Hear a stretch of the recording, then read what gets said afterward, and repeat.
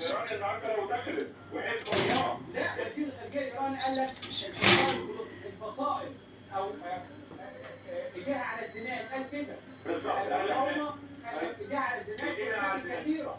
اذا الموضوع لو كبر وتم محاسبه غزه، هل ايران هتسكت؟ هل النهارده ايه حامل الطائرات موجوده؟ هل منطقه الشرق اول القصر الشرق الاوسط يعني هتشتعل؟ فالنهارده كان كابتن رئيس حقيقي كل بالضبط. انما الغرب لا، دي حقيقي والله.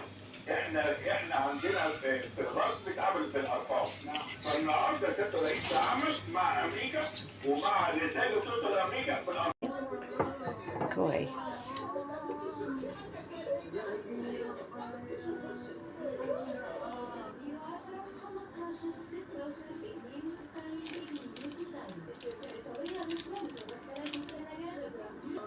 هاتي الفانيليا البودر وتقلبي الدقيق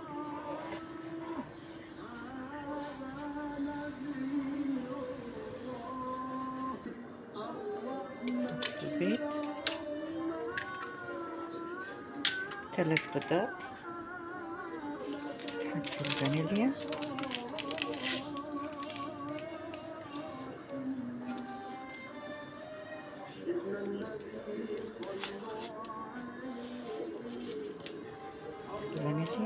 والفانيليا، كوباية سكر، نص كوباية سمنة على زيت.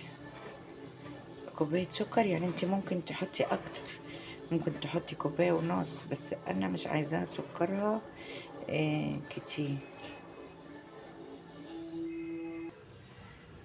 حطينا السمنة والزيت نص كوباية وعلبة زبادي. عندك لبن رايب اعملي، عندك لبن حليب نص كوباية،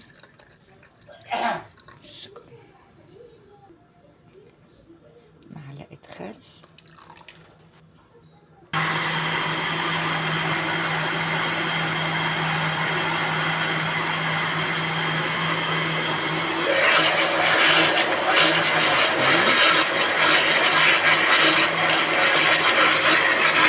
ونقلب مع بعضه.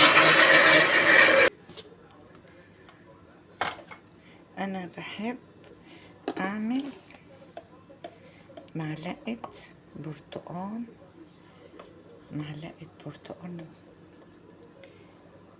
احطها في الخلطة. حطيت انا كوباية سكر، نص سمنة نص سمنة ونص زيت، علبة زبادي، نص كوباية لبن، بيكنج باودر،